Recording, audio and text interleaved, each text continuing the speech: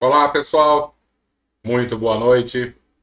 Começando mais uma live de quartas, o nosso pequeno projeto de leitura do livro A Caminho da Luz, aquele livro psicografado por Chico Xavier e pelo nosso querido Emmanuel, o mentor de Chico e por tabela de todos nós, porque ele nos traz tanta informação importante. A sua proposta sempre é esse resgate do cristianismo, um olhar diferente do Cristo. Muitas das vezes, através dos séculos, a humanidade acabou se perdendo um pouquinho desse espírito primitivo do cristianismo, e Emmanuel tem essa missão de resgatar, principalmente a fraternidade, o amor, a caridade. Espero que todos estejam muito bem. Eu já estou vendo que as pessoas já estão se manifestando aqui pelo nosso chat. E, se eu não me engano, eu já vi alguns nomes bem conhecidos de pessoas queridas do coração. Albertinho, meu irmão. Como é que você está, Alberto? Muito boa noite. Minha amiga Silvia. Espero que você esteja muito bem de saúde, Silvia. Marisa. Tudo bom, Marisa? Como é que você está? Patrícia. Patrícia Valente, tudo bom? Espero também que você esteja muito bem. Sua família. Pedro esteja ótimo. Sérgio, meu irmão tricolor. Vi você na segunda-feira já. Espero que você esteja muito bem também. Falei com a sua irmã hoje. Maria Terezinha. Boa noite, Terezinha. Muito boa noite para você. Lorane, minha irmã caçula. Tudo bom, Lorane? Espero que você esteja muito bem com os seus meninos. E essas pessoas já estão respondendo aqui que está todo mundo bem, graças a Deus. Isso é muito bom. E é muito bom a gente ter esse nosso espacinho também aqui para bater papo, para conversar. Fico muito feliz. Então, eu acho que já podemos iniciar, que já temos um grupinho razoável e as pessoas vão chegando, às vezes voltam um pouquinho, vão para o início, ou já pegam pela metade, depois recuperam. O importante é a gente saber que esses nossos vídeos ficam gravados no Facebook, do Centro Espírita, em Monte de Castro, e ficam também, depois que acaba, eu subo para o YouTube e a gente está fazendo lá uma playlist das lives, e essa daí tem uma específica que é a leitura do A Caminho da Luz. Tá? Deixa eu ver que temos mais uma. A Cristiane aqui, boa noite. Que Mestre Jesus cuide de todos nós, é isso mesmo. A gente precisa muito desse apoio do nosso Mestre amado. E eu acho então que podemos iniciar o nosso estudo. Hoje o que eu preparei para a gente? Uma introduçãozinha, porque como a gente já viu, esse nosso livro, ele aborda diversos pontos, né? Nessa parte inicial é um assunto mais voltado à biologia, mais para frente a gente vai entrar bastante em história. Mas nesse início, né, como estamos ainda na pré-história, Emmanuel nos traz muita informação dessa formação do planeta e agora da criação da vida. E aí o que eu preparei para a gente conversar aqui? Um conceito que ele vai utilizar bastante nesse capítulo, que é o conceito de evolução de Darwin, tá? Então, muitas das vezes a gente estudou isso na escola, ou às vezes nem estudou, porque eu não sei quando começou a ser obrigatório isso, sei lá. Eu sei que quando eu estudei isso, dei a mínima atenção. Eu era um aluno um pouco relapso, vamos dizer assim. E depois eu acabei me interessando mais sobre o tema. Então, para a gente entender, né, o que significa essa teoria da evolução de Darwin, né, o tal da seleção natural, a gente vai falar um pouquinho, brevemente, sobre isso, para quando a gente entrar no livro, a gente ter uma certa bagagem para compreender o que Emmanuel está querendo nos dizer. Então, desde que o mundo é mundo, né, as pessoas querem saber a origem, né, o que existem diversos tipos de animais, né, como é que o homem evoluiu. E durante muito tempo, as religiões, né, principalmente a nossa querida Igreja Católica, eu falo querida mesmo de coração, porque eu gosto muito, até porque eu tenho recordações de outras vidas, que eu já passei por lá, então eu tenho muito respeito, tenho realmente um carinho muito grande. E a igreja, durante muito tempo, teve um monopólio desse discurso, e o que eles propunham sempre era a questão do criacionismo, que Deus já criou todos os animais prontos, né? Já criou o homem, por exemplo, como Adão, a mulher como Eva, né? E que não passamos por nenhuma etapa de evolução. Já saiu como se fosse tudo do forno, já tudo prontinho, já na versão final. E durante algum tempo, já estamos falando assim de século XIX, os cientistas começaram a questionar isso. E um deles foi Lamarck. Tá? Lamarck criou uma teoria chamada de uso e desuso, onde dizia que quanto mais os animais, os seres da criação, utilizavam, né, alguma habilidade, alguma parte do corpo, isso ia se desenvolvendo e acabava passando para a geração seguinte.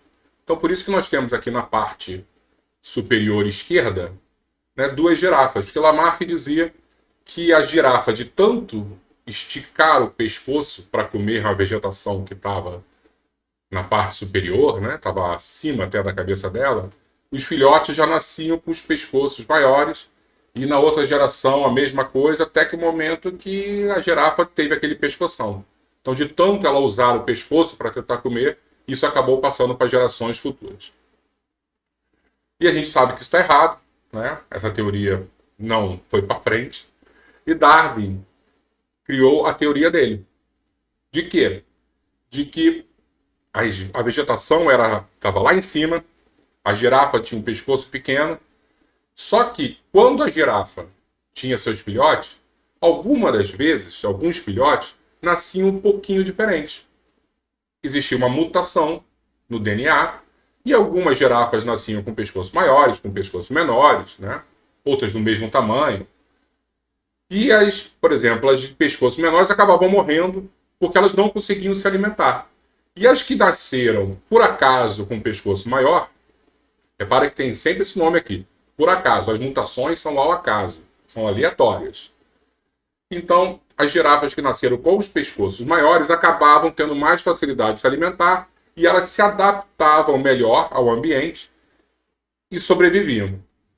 E por terem se adaptado, elas tinham filhotes, e os filhotes também nasciam já com essa alteração genética, que foi um sucesso, nesse caso específico.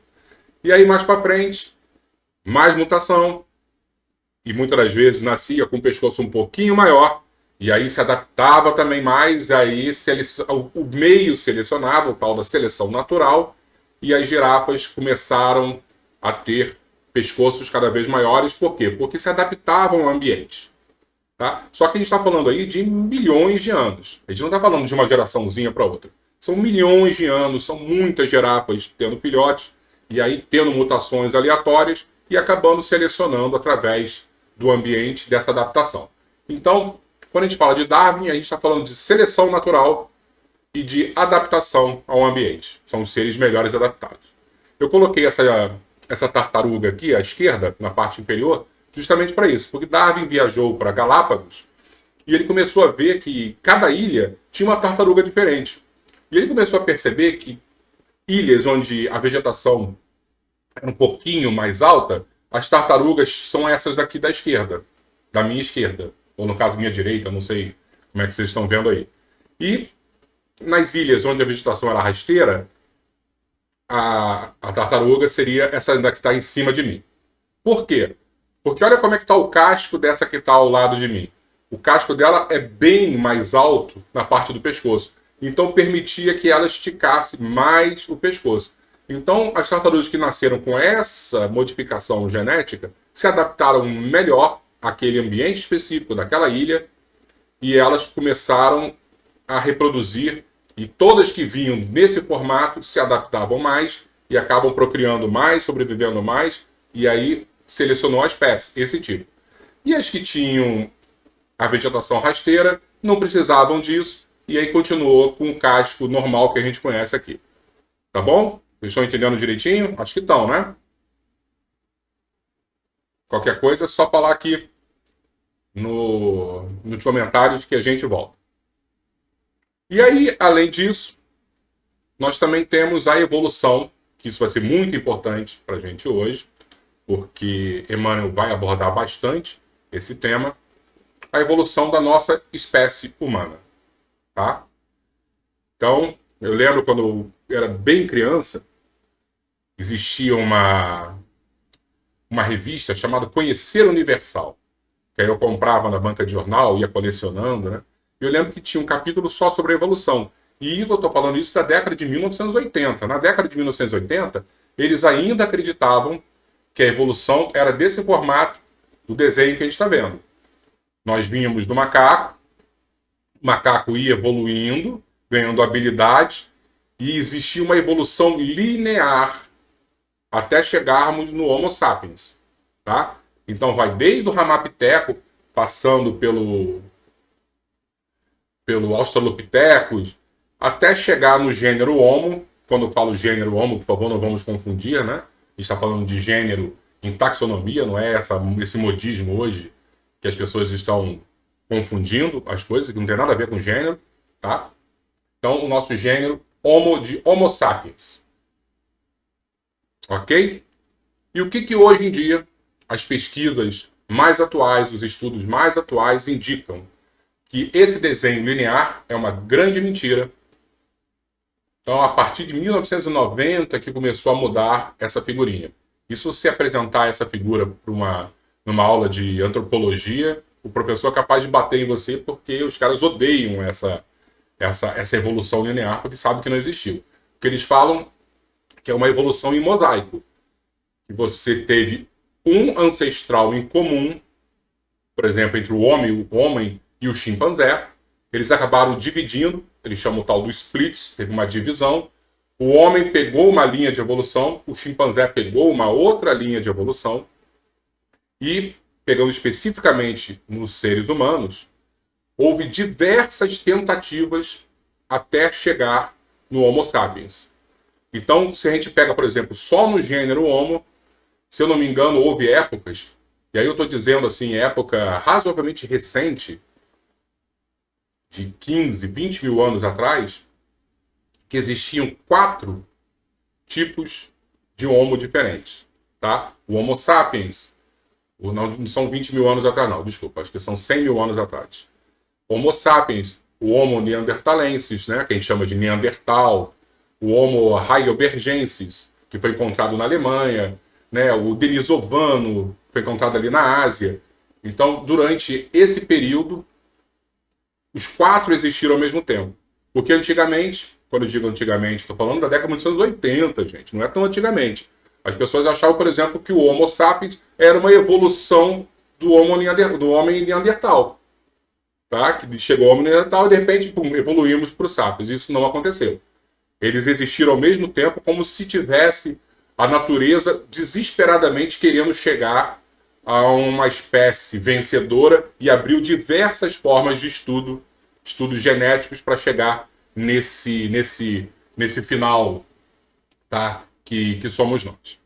Então, a partir daí, nós vamos começar a nossa leitura, que eu acho que já é o suficiente para a gente entender bem o que Emmanuel está dizendo. Então, vamos começar o capítulo 2, a vida organizada. E ele vai falar, então, sobre as construções celulares. Vocês estão com o livro aberto aí? Se não tiverem, é só pegar, ler aí junto comigo, tá? Às vezes tem um errinho de escrita, porque provavelmente na hora que passaram para PDF, o programa que transformou o livro físico em livro digital não fez bem feito. Provavelmente isso aí deve ser algum arquivo piratão que eu baixei na internet. A vida organizada. as construções celulares. Sob a orientação misericordiosa e sábia do Cristo, você vê que Jesus está sempre envolvido nesse projeto. Tá? Jesus é o diretor do projeto Planeta Terra. Laboravam na Terra numerosas assembleias de operários espirituais. E ele não estava sozinho. Não era que mandava assim, faça-se a luz e fazia, não. Tinha muitos espíritos bem evoluídos, bem capacitados para trabalhar junto do Mestre Jesus. Como a engenharia moderna, que constrói um edifício prevendo os menores requisitos de sua finalidade, os artistas da espiritualidade edificavam o mundo das células, iniciando nos dias primeiros a construção das formas organizadas e inteligentes dos séculos por vindouros. Então existia um projeto, tá? O projeto Vida, onde começou muito lá atrás e eles já tinham exatamente noção onde eles queriam chegar. Não era, vamos fazer ao acaso, eu acho que dá para... Não, eles já tinham essa noção, eles não sabiam exatamente como era, por isso que eles fizeram diversos testes, mas eles já tinham noção onde eles queriam chegar. Eles não sabiam exatamente como. Por isso que demora esse tempo. Isso aqui é maravilhoso, esse capítulo, esse parágrafo. O ideal da beleza foi a sua preocupação dos primeiros momentos, no que se referia às edificações celulares das origens. É por isso que, em todos os tempos, a beleza, junto à ordem, constituiu um dos traços indeléveis de toda a criação. Então, quando a gente olha as flores, né, os animais, as cores que a natureza nos proporciona, a gente vê realmente que a beleza era a preocupação enorme desses engenheiros, né? E, ao mesmo tempo, a ordem. Você vê nitidamente que a natureza, existe uma ordem interessantíssima na natureza. Ela se ajusta, ela se resolve, né? Quando o ser humano começa a tentar intervir, geralmente não dá certo. Eu sempre conto a história que em Fernando de Noronha existia um rato que saía à noite, né? Toda noite esse rato saía e estava começando a trazer problemas ali à ilha.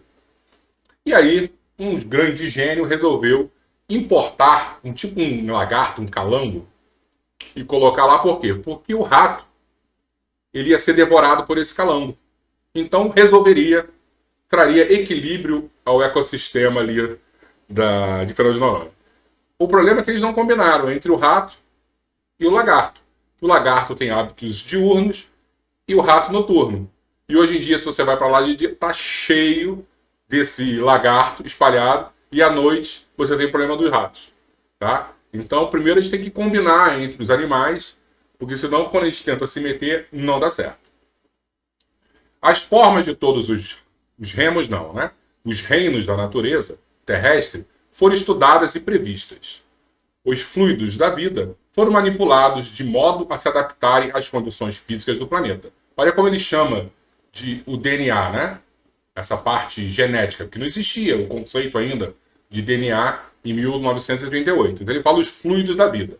Os fluidos da vida foram manipulados, a gente está falando de manipulação genética, de modo a se adaptarem às condições físicas do planeta, encenando-se as construções celulares segundo as possibilidades do ambiente terrestre, tudo obedecendo a um plano pré-estabelecido pela misericordiosa sabedoria do Cristo, consideradas as leis do princípio e desenvolvimento geral.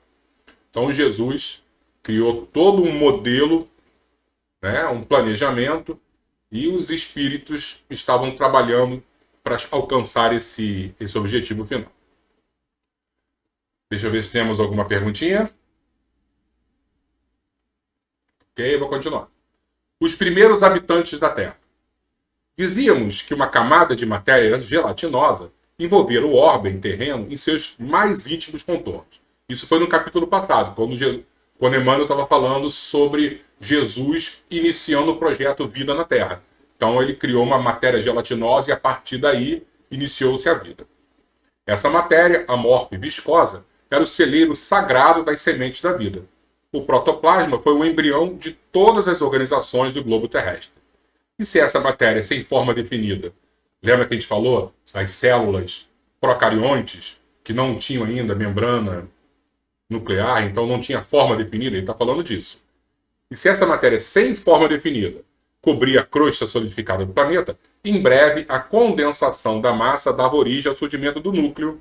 Já estão começando a ver os eucariontes, né? As células já com membrana, iniciando-se as primeiras manifestações dos seres vivos.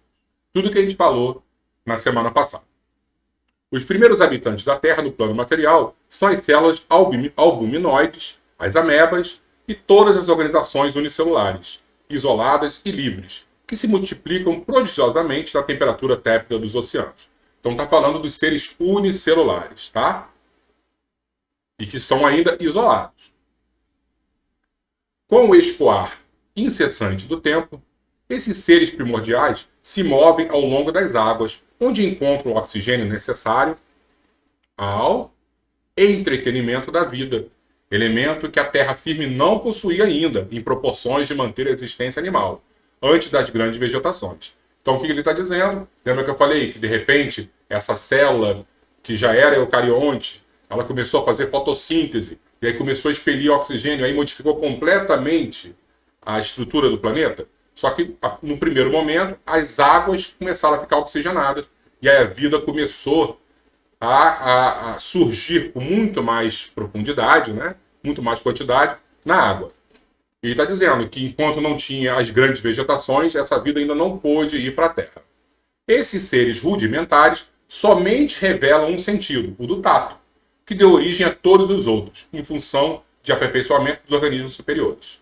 Então, nesse momento, eram todos cegos, surdos, né? Todos os seres não tinham nada, nenhum tipo de sentido. Era apenas o tato. Depois que isso, com o passar dos anos, quando a gente falou isso, a gente está falando de milhões de anos de evolução, até, por exemplo, desenvolver a visão, tá? E aí ele vai falar sobre a elaboração paciente das formas.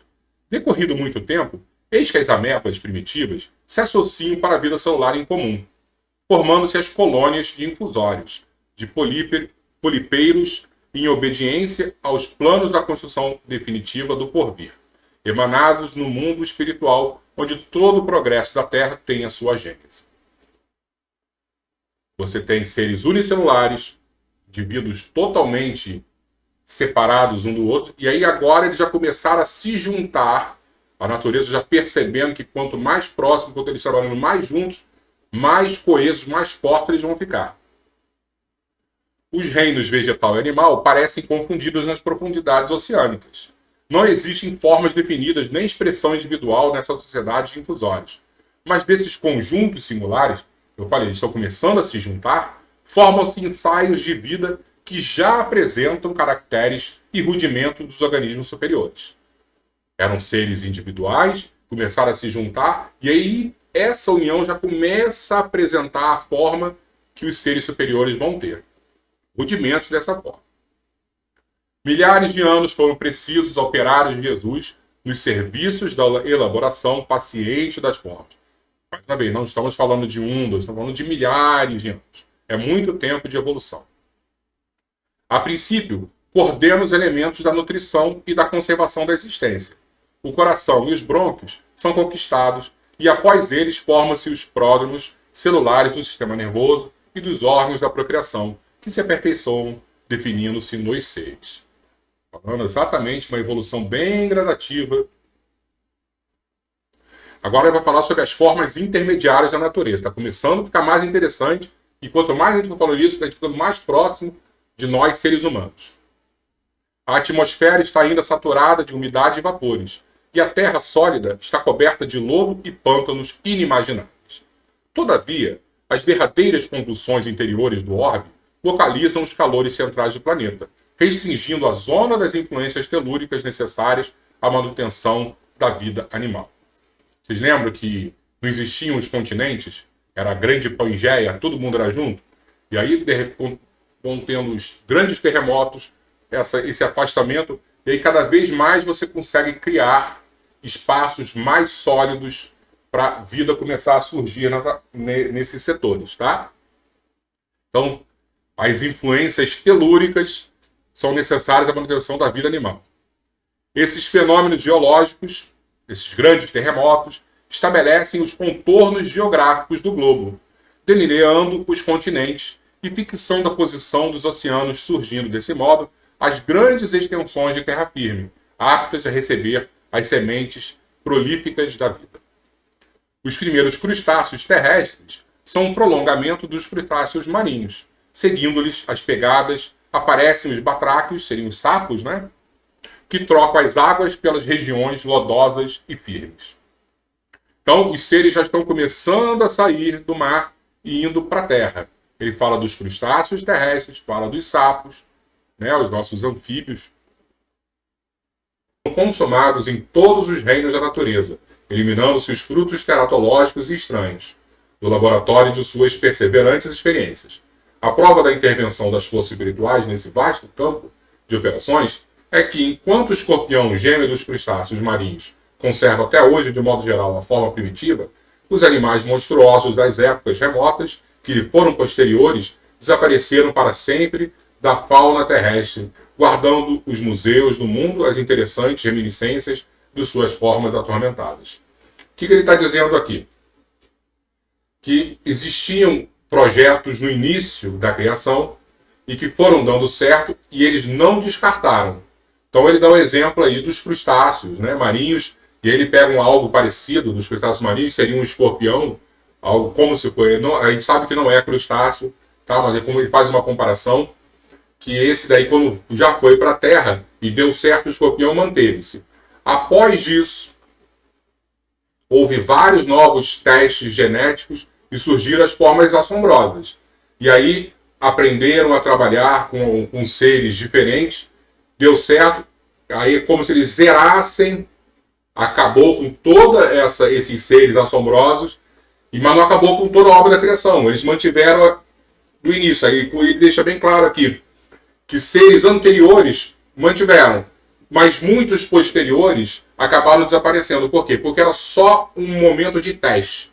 E isso a ciência nos diz que é muito simples de fazer, né? Durante a nossa experiência aqui na Terra, houve 5 grandes extinções em massa. A última, se eu não me engano, foi do meteoro lá do asteroide que caiu em Yucatán, no México, e aí acabou com 80% a 90% das espécies do planeta. Então, quando os seres, né, juntos de Jesus resolvem, ó, deu certo, agora vamos zerar aqui a máquina e vamos começar de novo, porque a gente já aprendeu, eles faziam isso muito fácil. Agora a parte mais interessante, que são os antepassados do homem. Deixa eu abaixar aqui para a gente poder ler junto.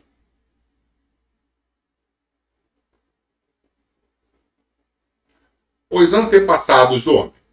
O reino animal experimenta as mais estranhas transições no período terciário, sob as influências do meio e em face dos imperativos da lei de seleção. O que ele está falando? Isso é muito importante para a gente entender, pessoal.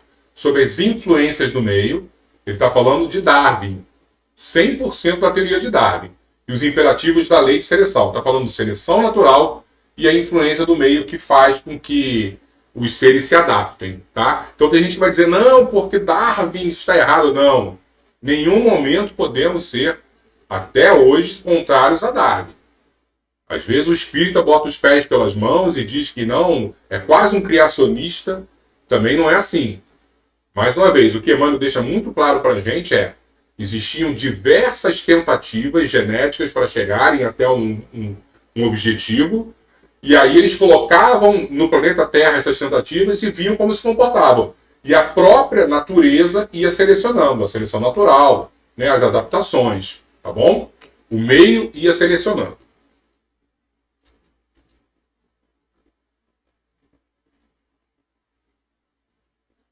Mas o nosso raciocínio ansioso procura os legítimos antepassados das criaturas humanas, nessa imensa vastidão dos proscênios da evolução anímica.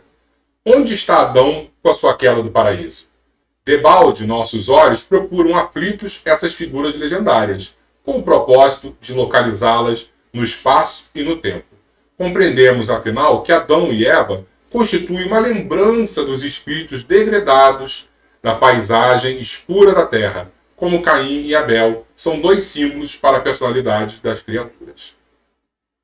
Então, quando a gente pensa em Adão e Eva, não vamos misturar. Adão e Eva seria o inconsciente coletivo do nosso passado muito longínquo lá em Capela, tá? Onde nós fomos expulsos do paraíso e viemos para cá. Não existe esse conceito de Adão e Eva como a nossa religião católica fala pra gente, tá bom? Não existe. Então, existia assim uma evolução até chegar no homem. Deus não criou um homem já prontinho e uma mulher prontinha.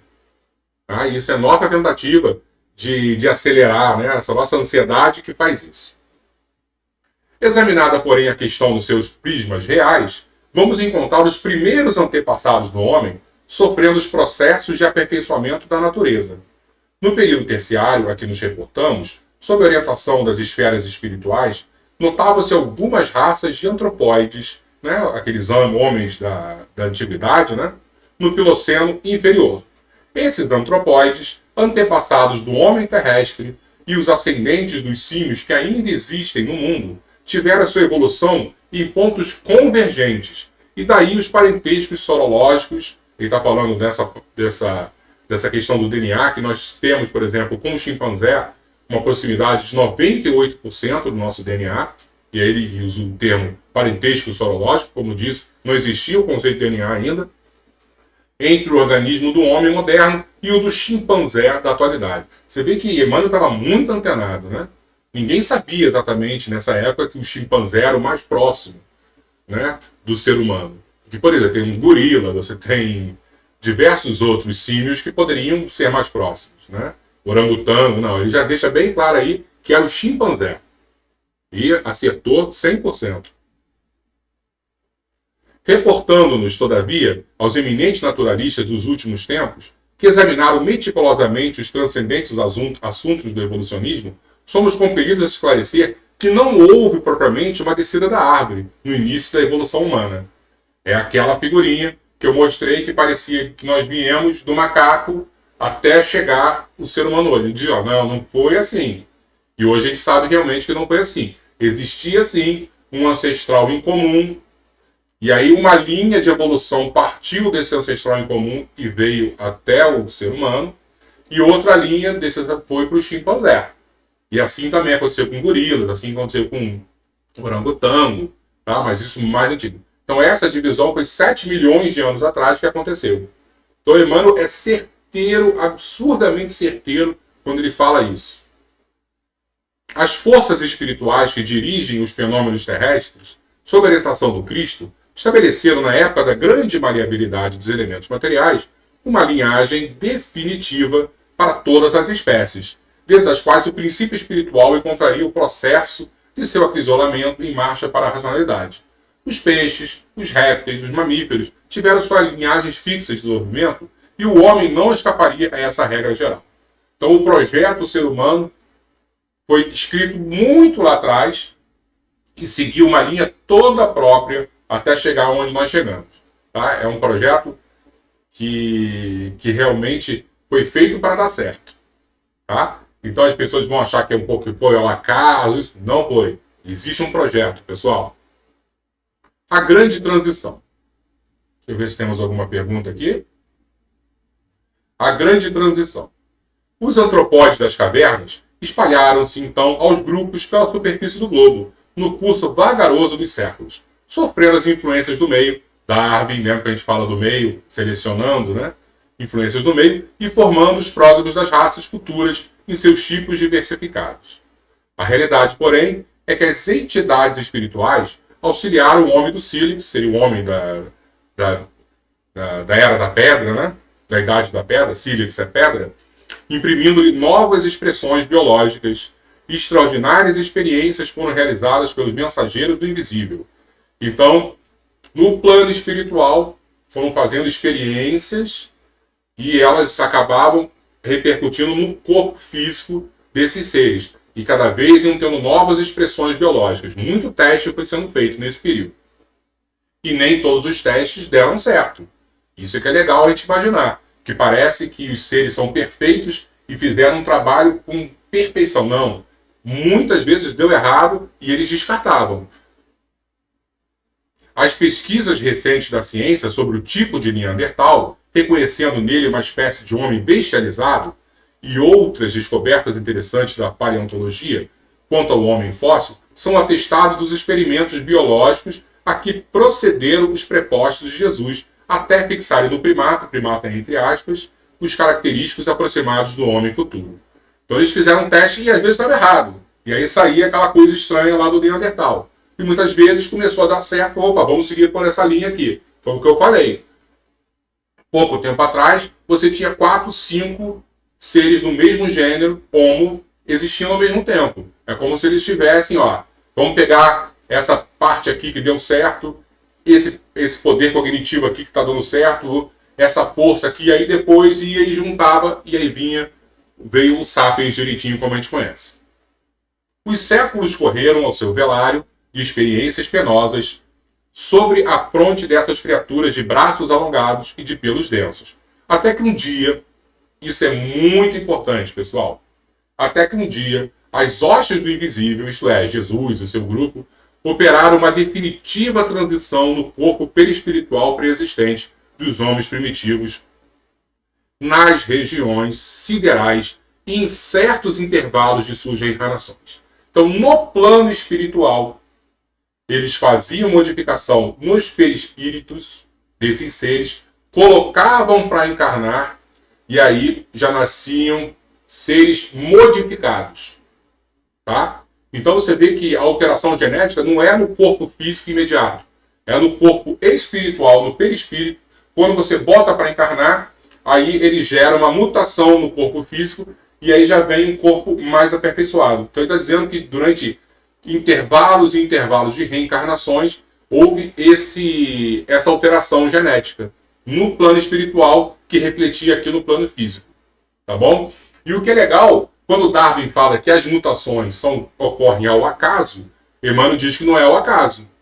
Então, quando você tem, por exemplo, lá aquela girafa que o pescoço já começa, por acaso, nascer maior e ela começa a adaptar mais, o que ele está dizendo é: existem alterações no plano espiritual, no perispírito do animal, coloca para encarnar e aí ela já nasce com o pescoço. Por isso que você tem, às vezes, seres tão bem adaptados também. Então, a gente olha Darwin, como tem que olhar, em cima de toda essa teoria da adaptação, da seleção natural, mas também temos que olhar com muito carinho o lado da intervenção divina, onde existe um ser inteligente fazendo essa manipulação e os dois trabalhando ao mesmo tempo. Por isso que eu gosto de pensar que existe um certo criacionismo e existe também a seleção natural de Darwin.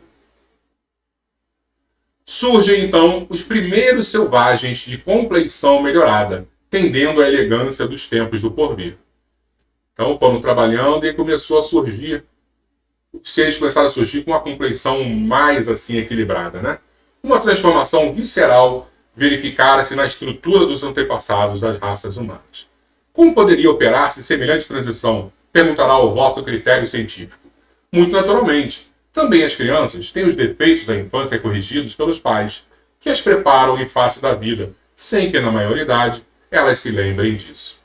Né? Ele diz o quê? Que o nosso paizão Jesus, ele melhorou, ajudou a gente, corrigiu os nossos defeitos, e a gente não vai se lembrar disso. Mas de alguma forma, hoje, nós somos frutos exatamente desse trabalho tão meticuloso e de tanto amor do nosso mestre. E aí terminamos. E semana que vem vamos falar agora sobre as raças adâmicas, o sistema de Capella, que provavelmente vocês gostam muito também, porque eu gosto muito desse tema. E aí a gente vai começar a falar quase de ufologia, né? Porque Emmanuel abre para a gente um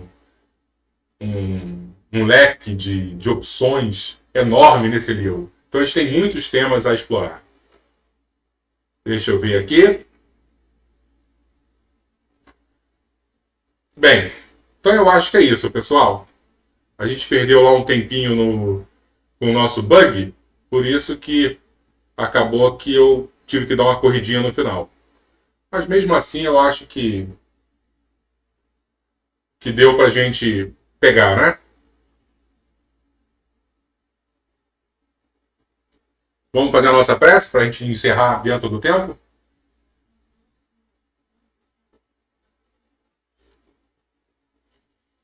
eu ver se tiver alguma pergunta, alguma coisa, eu respondo. Senão a gente encerra e faz a prece, tá bom?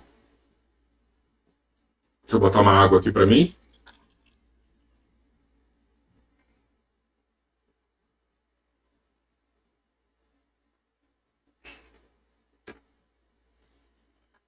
O que é muito importante é isso mesmo, Sérgio. Semana que vem vai ser imperdível. E bota a cara de ET aí, porque vamos falar sobre os seres que vieram de outros sistemas para ajudar na nossa evolução aqui. Então, pelo que eu estou vendo, a princípio deu tudo certo. Vamos fazer a nossa prece para a gente ter uma noite tranquila, uma noite em paz e aproveitar a visita dos nossos amigos da espiritualidade, que sempre estão aqui conosco, para justamente dar aquela pacificada nos nossos lares. Vamos lá? Vamos começar então a nossa oração. Então vamos fechar os nossos olhos. Vamos entrar em sintonia com os amigos da espiritualidade, que sempre nos visitam, sempre nos acolhem. Lembrar principalmente do Mestre amado, do Jesus, que é o nosso Mestre, é o nosso protetor, é o representante de Deus. Por isso, podemos, sem nenhum tipo de problema, chamá-lo de Pai, de amigo, irmão maior, porque Ele está nas nossas vidas. Ele está conectado ao nosso psique. Basta um olhar nosso, um pensamento pequeno que seja, pedindo ajuda. E não tenhamos dúvida, essa ajuda virá. Jesus amado, aqui estamos, Senhor. Quantas vezes, com medo, angustiados, nos sentindo abandonados, possamos, Mestre, redobrar a nossa vigilância, aumentar a nossa fé em Ti, lembrando que o Senhor é o nosso grande amigo, que basta um olhar Seu para que as nossas vidas se modifiquem.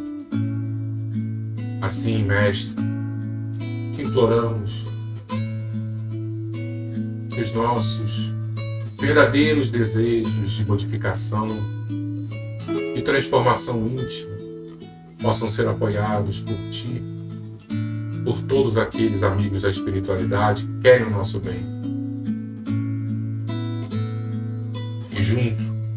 E junto desse amor, dessa luz que tanto pedimos, venha também o acolhimento para aqueles que ainda não compreenderam que a solução é o amor, é a caridade, é a transformação verdadeira.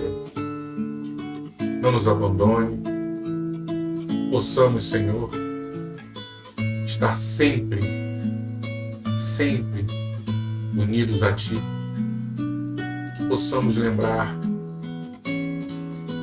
nas maiores vitórias ou nas derrotas mais vexatórias de que temos um amigo todas as horas. Muito obrigado, meu grande amigo Jesus. Que a Tua paz esteja em nossos corações e que nossos lares sejam abençoados por Ti. Fica conosco, Senhor, hoje e sempre. Assim seja. Graças a Deus.